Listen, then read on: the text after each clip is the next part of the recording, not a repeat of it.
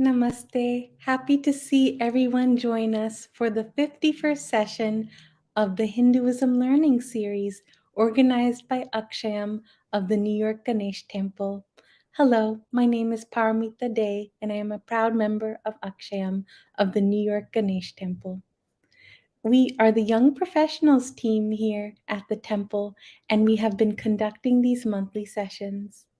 Seeing that this is our 51st session in our learning series, we are excited to engage in this opportunity to learn more about these concepts with you. I'd like to welcome you all to the session. Please send in your questions through Facebook or YouTube, and we will try to get to your questions at the end of the session. And without further ado, we would like to invite Sri Sivacharya, the Director of Religious Services at the Hindu Temple Society of North America, to answer questions on today's topic, significance and importance of cardinal directions in Hinduism. Namaste. Namaste. Sri Sivacharya, it gives us great pleasure to welcome you to the 51st session. Would you please begin with a prayer? Yeah. Harihi Om.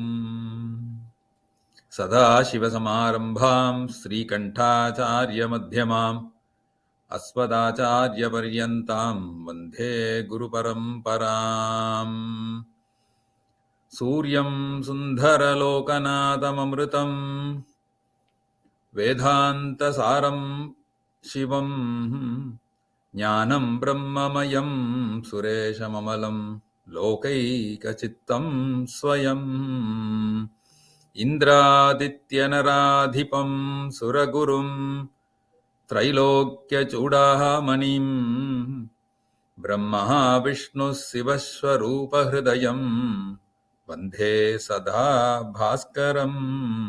Harihi Om. Thank you. Thank you, Sri Sivacharya, for your prayer. And now we will begin on our topic for today. There are a wide variety of symbols and meanings attributed to each of the cardinal directions in every faith. Today's topic is to extensively discuss on the Hinduism's view on the same. The viewers are very keen in seeking more details, and we hope to gain added knowledge of the great mysteries about our universe. So let's go on to the first question. How do we determine the directionality in Hinduism, and does it have anything to do with the direction of the sun rising and setting or the movement of the moon? Yeah. Thank you, Paramita. So you wanted to know the directionality. How do we determine? So to ascertain the cardinal directions as guided by Shastras. So there are several methods which were revealed by our great sages and rishis. Let me explain either one or two for our easy understanding. So we need to, first of all, we need to see with our own eyes the moving and non-moving object around us. We call it as the root word for this is tha or stambha or stavara or stitha or sthala or sthana or sthanaka, which are all something which is firm, which doesn't move and fixed onto the earth. Like if I have to give you some example, like for example, trees which are fixed onto the earth, it doesn't move. And mountains which is fixed on the earth, it doesn't move. Similarly, there are buildings, constructions, which doesn't move. It's fixed onto the earth. Whereas we people, we keep moving. Animals keep moving. In the river also, water keeps moving. So like that, there are moving objects and non-moving objects. So that is first thing we need to see. Of course, the earth also keeps revolving on its own axis, which we, even though we don't feel it. Because if you look at the circumference of the earth, which is about 24,900 miles, which may take in 24 hours, it will go at a speed of 2.4 kilo miles per hour. but still we don't feel it. So that is one thing. And of course, we see the sun looks to be quite stationary. And we are also told that the earth moves around the sun. So this is one thing which we can use to ascertain the direction. And how do we proceed further? Consider our body and limbs. While we look at the sun in the morning hours, the first time when the sun is sighted from our location where we are looking at, so we have to face ourselves towards the sun. So when we face the sun, it is said that direction is the eastern direction. And all our right side limbs, right hand and things like that, they all points to south, and our left hand, all our left limbs face the northern direction. And we have been taught from the beginning how do we do nyasa for our own body. Like we say, Dakshina Haste, Vama Haste, Dakshina Pado, Vama Pado, Dakshina Spichi, Vama Spichi, Dakshina Jange, Vama Jange, like that, Dakshina Parsve, Vama Parsve, like that. So each limbs and parts of our body directs to a particular direction. So when we say our face is looking at east to the sun in the morning hours, so we can automatically say our right side limbs will face the southern direction, and our all our left side will be facing the south, and the back of me is the west. So like that, when we keep doing it, so we can easily mark other directions like southwest, northwest, northeast, and things like that. Once we ascertain the direction, then comes marking of the time, which will be marked between the time when the sun rises till the sunset. We call it in the solar system, and with the moon rise and to moon set in the lunar system. Of course, we have to also consider the Dakshinayana and Uttarayana, because those aspects, because the sun does not rise in the same point every day. So this keeps moving, Dakshinayana and Uttarayana. Dakshinayana means the sun moving towards south, Uttarayana means moving towards north. So that also gives us a hint that it is moving north and then south. So like that, this is one simple way of a layman way of ascertaining the cardinal directions. Of course, there are still some sages have even devised methods, scientific methods, like marking the shadow of a stick or a tree over a period of time. Then you can narrow down to the correct directions, cardinal directions. There are also from the stars we can even ascertain the cardinal directions. We all been taught in our school that you have to watch the pole star, or which is also popularly known as a polar star or a north star, which always points towards the geographic north. Similarly, in our Vedic text, there is something told as a Saptarishi Mandala.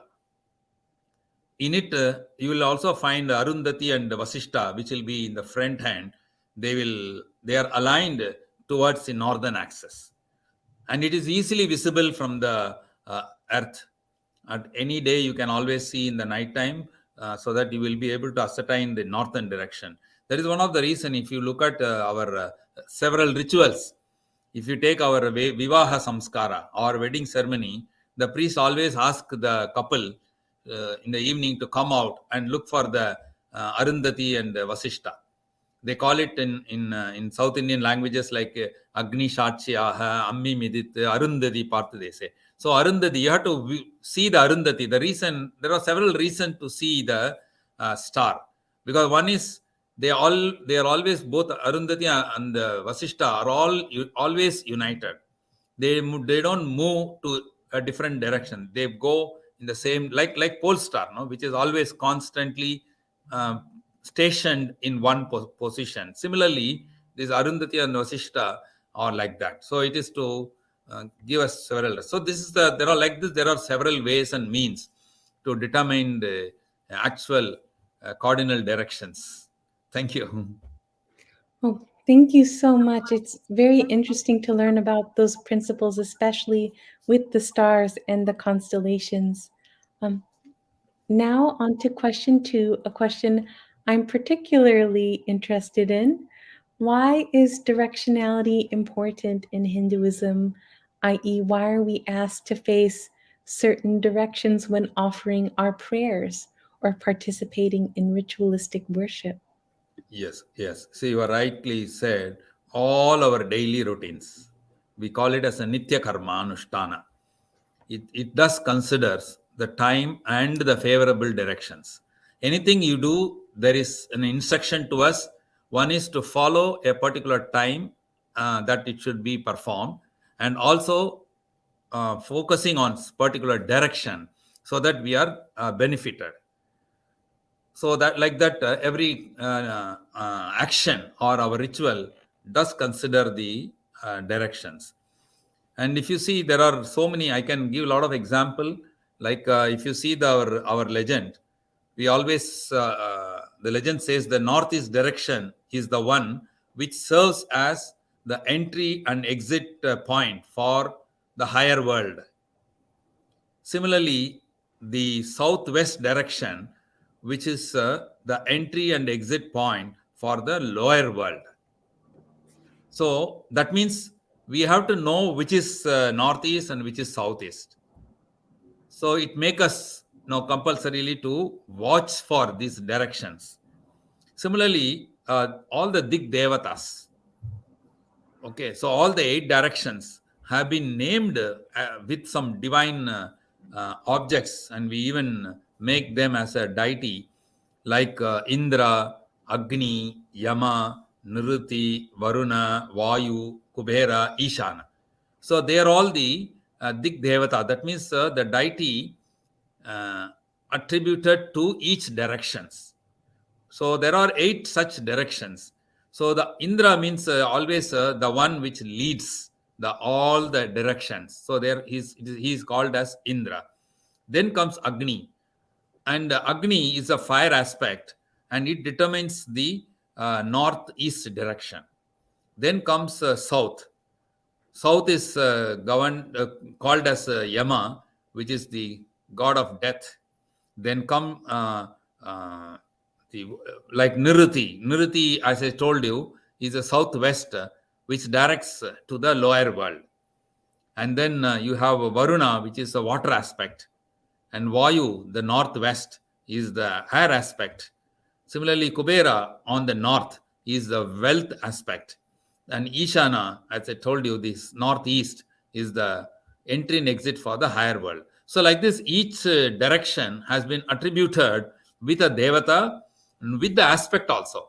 What is the aspect? And so, once we know this, we can know the benefits that we can gain from all these directions. Similarly, we were told to do the Sandhya Vandanas, the Trikala Sandhya Vandana. Morning time, we are always supposed to do facing east, and afternoon facing north, and evening time facing the western direction, because morning you have a sunrise in the east and evening sunset in the west. So we have to do in the evening Sandhya Vandana facing west. So like that, any other rituals that we do at home or at temples, we are told to keep the divine object facing east. And if we are the performer or the karta, they are either they should face east or they should face north. So like that, if you look at the every geographical directions, it has an unique vibrations, and that could be tapped through the spiritual efforts. And it doesn't of course it does take a lot of time to reap the benefit, and it is worth waiting. And of course there are other texts which talks about especially you take the Vastu Shastra, which describes on performances of it talks about the preference of a certain particular direction with respect to placement of an object or a material, or with respect to construction, or with respect to a dwelling unit, or Like when I say dwelling unit with respect to the layout of every facilities or rooms and things like that, Vastu Shastra does explains, because it knows the benefit that we could gain by following it. Uh, when I say following it, means following that particular direction. Similarly, when the sun is first sighted in the east in the morning, the Yajurveda says, Pavako asmabhyam shivo bhava. That means it says, may you be purifying and auspicious to us.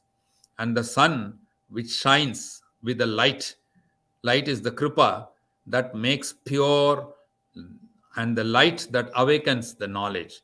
So that is how it is being. When I say awaken the knowledge, it is the Chaitanya.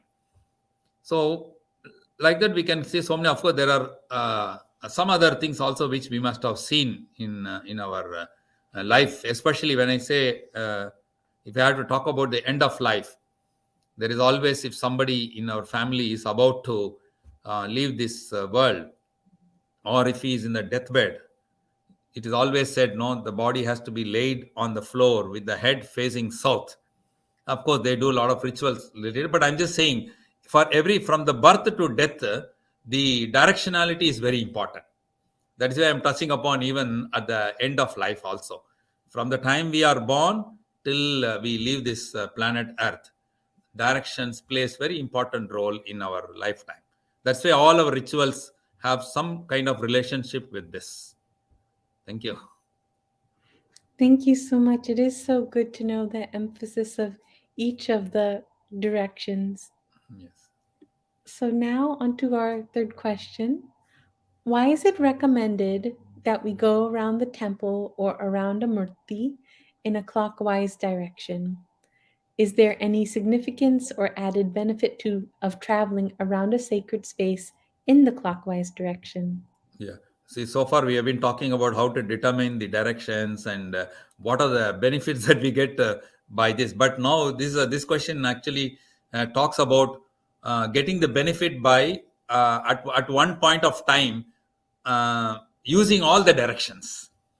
That is one of the reason a concept of pradakshinam or a circumambulation have been introduced by our sages. Whether you walk around a sannidhi, or walk around a place, or walk around a park or a forest, or any parikrama you do, it covers the benefit of all the directions, all the 8 directions. So you asked about why we do a pradakshinam or the circumambulation, go around in a sacred place. It's basically an integral part of our prayer and worship system. So when I say pradakshinam, what it actually means? No, the pradakshinam itself is a word which reveals the directions. See, the root word for pradakshinam is prak plus dakshina, or prachi plus dakshina. Prachi means, when I told you how to ascertain the east, I said our face should look at the sun in the morning time. That is why it is called as prak. Prak means see or look at the sun in the morning. So when you look at, your face is said to be facing east. So that way it is called as prachi. Prachi means the eastern direction. Then dakshina. Dakshina means my right side.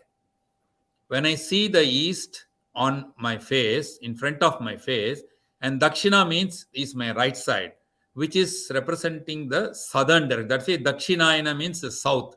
Dakshina means south, or my right side. So circumambulations start from the east, turn around to our right side, and then it is nothing but like a clockwise. Okay, so when we turn around ourselves from our east side, turn on your right, turn back, and then on your left side, then come back to position. So this is called as one pradakshinam. So prak, dakshina, pratichi. Pratichi means backside, the western side. So the pradakshinam word itself talks about the directionality through which you should pass through so that you get the benefit. That's why everybody always say you do a pradakshinam in a temple, or you do an atma pradakshinam. Atma pradakshinam is where you go around on by yourself, especially at your home. when you do a puja, there is no sannidhi, in a home. So you can't go around a sannidhi. So the concept was you have to do yourself around you, because you feel the God is within you also. So there is a God within you. So there is a sannidhi within you. So you go around the sannidhi by doing a self circumambulation. So whether you do a self circumambulation or go through a sannidhi, it's called as pradakshinam, so that you get the benefit of all the 4 direction or all the 8 directions. The impact and vibrations and effect will be on us. So that is why people go. Similarly, as I told you about the parikrama also. And even in a temple, the Moolasthana is called as Sukshma Sarira, and the Prakaram is called as Stula Sharira. So the astral body and the subtle body or the gross body. So when you go around a subtle body, within the purview of a gross body, the radiation of the innermost shrine, which we call it as a cosmic energy, which radiates similar to the magnetic field force. So when the magnetic field force keep going, it will be like, normally we are taught in our magnetic field force. How do you determine? We used to say that x-axis, y-axis, and z-axis.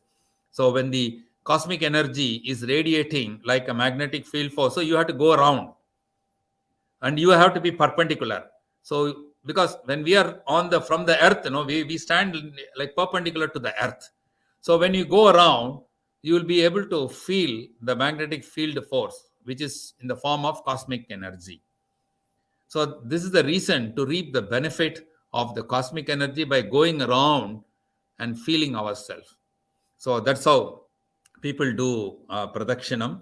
Of course, it depends on the pradakshinam depends how many times. People ask how many times I should do pradakshinam to gain this benefit.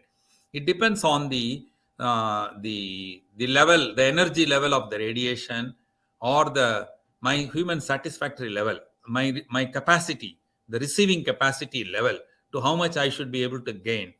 And that is why it is advisable to go around and do circumambulation multiple times. So if one has to do multiple times, so that by experience one should come to know, yes, by doing 5 pradakshinam, by doing 21 pradakshinam, by doing 108 pradakshinam, or by doing 30 pradakshinam, they will be able to gain the benefit of the cosmic energy. So that is a concept introduced as pradakshinam, using all the 8 directions and the magnetic field force method. Thank you. Well, thank you, Sri Sivacharya, and it's wonderful to know this information. And next time I go to the temple and I do circumambulation, I will definitely keep this in mind. Yes. So, on to our next question. When performing a Namaskaram in front of the Lord, is there a specific direction one should face? Yes, very much. So, because here also the directional thing plays important role, it is preferably to do the namaskaram facing east or facing north. Always you will find that the east and north plays important role. Okay, it is always said the thumb rule is east is best, north is wealth. So either we go behind, because we go behind the best, or we go behind the wealth, is it not? So that's why it is said east or north is a favorable direction. And a lot of our text, whether it is agama text or a karma kanda kriyavali text, or you take our nitya karmanushtana vidhi text, or vastu shastras, or our dharma shastra, all shastras talks about using the cardinal directions while you practice any ritual or do perform any worship or prayer system. It's a must. Thank you. Thank you. And if someone, let's say someone unintentionally offers their prayers in the wrong direction, what happens? Of course, it is like in our daily life, when I violate the traffic rule, what I get a ticket. Okay, So even in our faith system, our religious system, everywhere, when we knowingly or unknowingly, so I cannot say I don't know the traffic rule. Is it not? It's every country has their own rules and regulations. We cannot say I'm not a law graduate to know these rules and regulation. As a common man, we have to practice the rules and regulation. Either we should look somebody else and adapt it, or look for the document, adopt it, or ask someone who can guide us and do it. In the same way, in our faith also, we have to perform every ritual or prayer or anything in a systematic way as advised by our text, and so that it'll give us a powerful impact and get benefit. Okay, so obviously, there are certain remedial things which have been suggested. So in fact, while describing on conduct of rituals or ceremonies or prayers or worship, our shastra mandate, there is a mandate of procedures, certain practices, and certain adherences too. Of course, there are some considerations and exemptions. They do consider. Like there are something, we call it in the law also, there are some relaxation and things like that. Even in our Shastra, there are some exemptions. And of course, not exemptions for everyone, on certain circumstances for certain people. Okay, there is no exemption overall. So those things are also there, but Shastra do recommend options. Whether you do knowingly or unknowingly, you commit a mistake like that, there is something called as prayaschitta vidhi.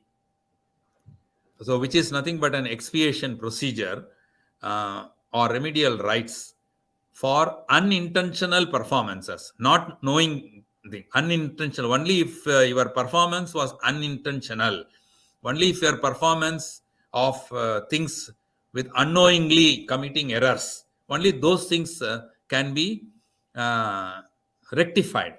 Not known knowingly, if I do mistake, there is no prayaschitta. Okay, and I will give one example of I don't want to give for a common man, but we as a priest, if we commit a mistake in in carrying out the rituals, you know, the similar to what you are asking about with respect to Namaskaram, with respect to some kind of we call it as a karma bandha.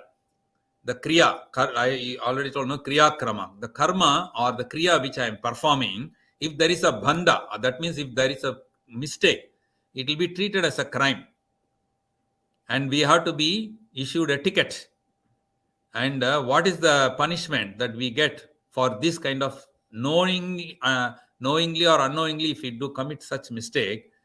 So there is a prashchitta samuchaya, which is by Trilosana Shivacharya, which says निराहारस्त्रिरात्रं च त्रिसन्ध्यं जलगाहनं ब्रह्मजापि च मौनी च कर्मबन्धेन मुच्यते. It says, what does it mean?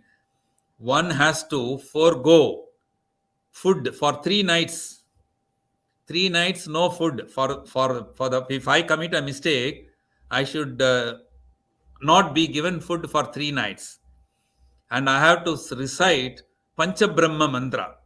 That is, Brahma mantra means Pancha Brahma or 5 Brahma mantras have to be chanted like a japam. We have to do by submerging myself into water body for 3 days. For 3 days, I have to be immersed in water and do Pancha Brahma mantra japa, and then I have to observe a Mauna Vrata also. So this is, plus apart from this, I have to confess to the God or to a guru that I made a mistake knowingly or unknowingly, like that. So such is the very severe punishment for people like us, because we are supposed to guide others. If we make a mistake, so for us the prashchitam is too high. So, of course, for every common man also there is thing, but I don't want to tell. But there are remedial thing, and there are certain things for which there is no prayachittam also. So it is always better if we commit a mistake next time. Let us keep learning. There are a lot of scope for learning, better way of doing everything, and then do it as per the advice given by a guru, or advice given by a priest, or advice given by the text, guided by text. Okay, thank you. Thanks Thank for the you. good question. Oh, of course. And it's good to know that there are ways to um, rectify unintentional Yes. mistakes. Thank you so much. Yes. So, next question, still going along with the topic of prayer and directionality. Hmm. When a temple is designed, is Hmm. there a specific directionality that is kept in mind when Hmm. deciding which sannidhi of which god or goddess should Yes. be placed where according to the Shastras? And Yes. how is the placement of the murtis in a temple decided? Yeah. See, the directionality is not only uh, guided by for people like us. Like I said, Vastu Shastra talk about even placement of objects and rooms and things like that, layout, room layout. Also, there is a guidance. Similarly, there is a such guidance for placement of deities in a temple or in a puja room, like that.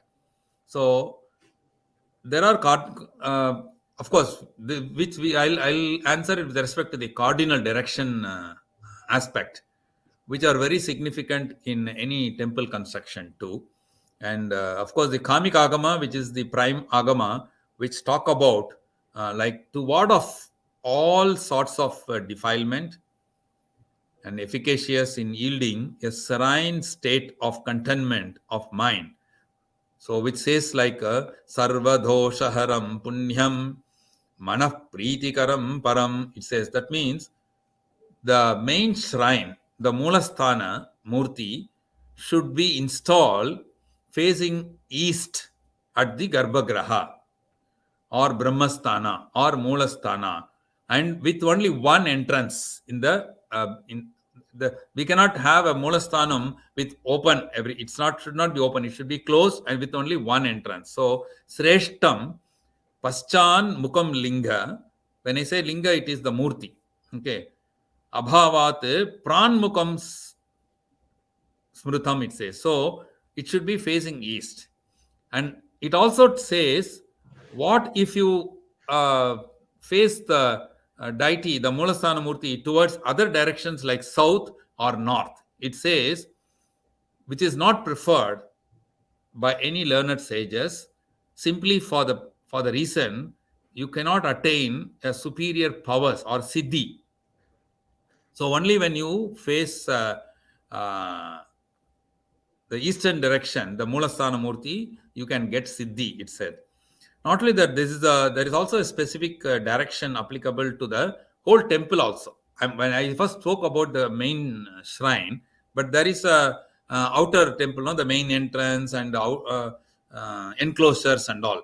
For those things also, there are guidelines available, and it says Ekadwara. Of course, I told already only one dwara can be there, and Yasyam Dishi Bhave Dwaram Tam Prachim Parikalpayet. It says even the main gate, the outermost gate of the temple, should face the eastern direction. And all other Parivara Devatas, Koshta Devatas are all have to be placed in different directions so that you get different benefit. I said, no, like when you do circumambulation, each direction is important. And you should also look at certain directions. If there is a bad energy, that also has to be addressed. So there is a deity which is responsible to ward off those things. So that is also need to be seen. So in temple you will find the Parivara Devatas or Koshta Devatas are facing in all the directions. Only the Moolamurti will face east. All other Parivara Devatas or Koshta Devatas will look all the directions. And not only that, even there are like Vastu Shastra, even in temple, it gives you a direction as to where the Yagasala should be situated, where the Naivedyam preparing, the kitchen or the pakashala to be situated, where the water pond or the tank should be. Every temple will have a water tank, a huge tanks or pond will used to be there, and there will be a meditation place, there will be a cultural place, there will be a flower garden, there will be a goshala. All those things are also mentioned in the Kamikagama as to what has to be situated in which place. Like not only the murti, everything is covered. Thanks for this. This is also another good question from you. Well, thank you so much. Mm. And now on to our next question. Can you please explain the directionality of the four main Gopurams of the temple and why it is advised that we enter the temple from the north or east side rather than the west or south? Okay. This is very interesting, and it's a very lengthy answers I have to give, because temple normally have all the four directions one can enter into a temple. Okay, so to know which side I have to enter, first I should know you. Since you asked about Gopurams, I should give the definition of what is. Everyone should understand what do you mean by Gopura and what do you mean by Vimana. Okay, so Gopuram is a tall tower, or for a layman understanding, I can say it's an elevated pyramid with multiple storied structure built across the walls at each cardinal directions, through which people are allowed to enter or exit. So it serves, every Gopuram serves as a entry point or exit point. So a Gopuram, you can go underneath a Gopuram because it serves as an entry point or an exit point. Whereas Vimanam means it is like how a crown, like for the Moolasthana or a Brahmasthana or the Garbhagraha, like how we keep a cap or a crown on our head, like that Vimanam will be like a dome structure onto the main Sannadhi or the Pradhana Sannadhis. There will be a Vimanam, which will be like a dome like structure. So that is Vimana. And Gopuram is across the wall where you can go underneath. Okay, so these two you should first of all know. And of course, you asked how do we enter into the temple, which is favorable to enter. Any temple will have if it is constructed as per Agama Shastra, you will find a Dvajastamba or a Mushika or a Nandi or Mayura or Garuda, like that, which tells you that is the way you have to enter to the temple. As I always telling, east is best and north is best. So east is always best. So you are supposed to enter through the eastern gate. But not only that, then what will I do? Well, then why the other gates are there? Okay, south, west, north, east. See, the priest is supposed to enter through the western gate. Okay, and then the southern gate is very. I had to take more time to explain about the southern Gopuram or southern entrance to a temple. You will find all Utsava Murtis, the procession deity, the deity which is to be taken out for procession, always comes out through the normal circumstances. It comes out through the southern gate. Not only that, the ruler of the country, the head of the land, or the administrator of the temple, the king, they all have to enter through the southern gates. They have to enter through the southern gate and then exit. There is a reason for it. Because, when I was explaining you about the 8 direction, I said Indra, Agni, Yama, Nirriti, like that, no? Yama, the goddess of death, his position is south. So the southern direction is meant for the god of death or the Yama Dharma Raja. And because that southern direction is meant for Yama Dharma Raja, you will find lot of what should I say, the soul or invisible, like I said, the entry exit for the Maharaja or king and thing. Similarly, the god comes out. Similarly, all the maybe a layman understanding can understand if I say a ghost or a spirit or such invisible element try to enter the temple through the southern door, because that is the entry and exit for that also, because that is the position for Yama, south. So they wait for their hearing of their cases. What is their case? They have to get moksha or salvation or liberation. So they wait in a queue, and then the Yamadharmaraja says, no, today it is not hearing for you today. You come after 10 days or after 1 month, after 2 months, adjourned. Their case is getting adjourned. So where will they go? They'll come to the southern Gopuram of the temple and wait there, so that to pray to the God. They, like how we pray, those souls also pray. They say, they pray, God, please bless me the moksha as soon as possible. My next date of hearing is only, it is coming after so many days. Please expedite that. So they have to, they are also given opportunity to pray. So they are said to use the southern gate. That is one of the reason in most of the huge temple they call the southern Gopuram like a Pay Gopuram or Spirit Gopuram, and like that they used to uh, call. So because of that name, a lot of people are afraid of crossing through the southern Gopuram. So to safeguard, because however the king, the ruler, administrator have to pass through. Similarly, the god procession is taken through that. You know why? Because the ruler is responsible for everything happening in their land, whether it is human, whether it is animal, whether it is invisible element. They are responsible. They are the lord, they are the king, they are the leaders, so they have to take care. That is one of the reason. If you see on the Vaikuntha Ekadashi day, the gods open the Swargavasa, the gateway of heaven is open, which will be in the southern side, because God doesn't, because God is responsible for everything. No, we can't say God is only for us. God is also have to bless every object in the world. So southern gate is used for them. So the normal people come through eastern gate. The invisible objects, invisible element, invisible entity, then procession of God or the king, administrator have to come through the southern gate. Western gate, the priest come because he has to start the puja from the western side and then come around in a clockwise. So like that, every direction has very unique. I think there are a lot of questions are also coming. We can also start answering some of the questions. Yes, certainly. Thank you. So we'll be displaying our first audience question. Can you please elaborate on lower world southeast direction and northeast direction? Okay. See, southeast direction. No, see, southeast direction is where the conjunction of the east and south, which is called as Agni Mula. Agni means the fire aspect. Okay.